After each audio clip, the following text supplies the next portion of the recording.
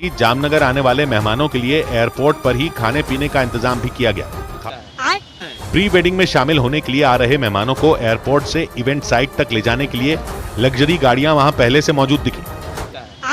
यानी अनंत अंबानी और राधिका मर्चेंट की प्री वेडिंग सेरेमनी में शामिल होने के लिए पहुंच रहे मेहमानों को किसी तरह की कोई परेशानी ना हो इसका। আরে এটা কি বিয়ে হচ্ছে না বিয়ের নামে টাকা সাধ্য হচ্ছে কিছুই বুঝতে পারছি না। একটা বিয়েতে 1000 কোটি টাকা খরচ করেছে, ভাবা যায়? আমাকে তো ভাবতেই কেমন লাগছে। আর তোমাদের, আমরা কি গরিব না গরিবের ওটা বুঝতে পারছি না। তোমাদের কাছে একটা কোশ্চেন, যে তোমরা কি মুকেশ আম্বানির মতো বিয়েতে খরচ করতে পারবে? জানি পারবে না। তোমাদেরকে মুকেশ আম্বানি হওয়া ভাবালাম, কেমন লাগলো ভাবতে? আমার মনে হয় এই লোকটাই পয়সাকে আবিষ্কার করেছিল, পয়সা ওকে আবিষ্কার করেনি। এত পয়সা হয় কেমন করে? আমরা সালা সামান্য 10 টাকা জোগাড় করতে হিমশিম খেয়ে যাচ্ছি, এই লোকটা 1000 কোটি টাকা খরচ করছে বিয়েতে। ভাবা যায়? আমরা কি গরিব না গরিবে ওটা?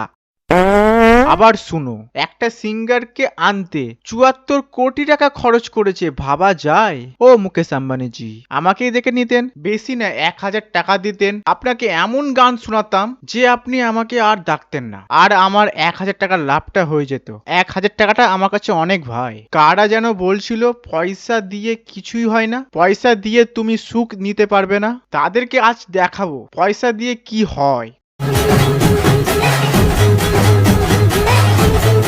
তোমরা কি একটা জিনিস কি দেখেছো? বলিউডের কিং মানে বলিউডের বাদশা আমাদের সালমান খান তার সাথে কেমন করছে।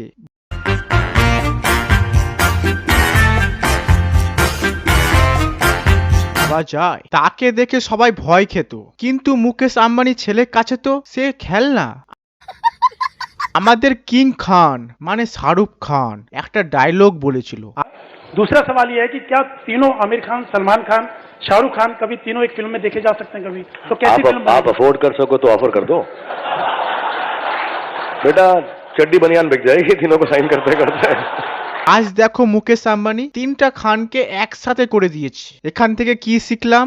যে কোনোদিনও বেশি বড় বড় কথা বলতে নেই, কারণ উপরে একজন বড় লোক থাকে, ওই লোক তোমাকে শুধু পয়সাই দেয়।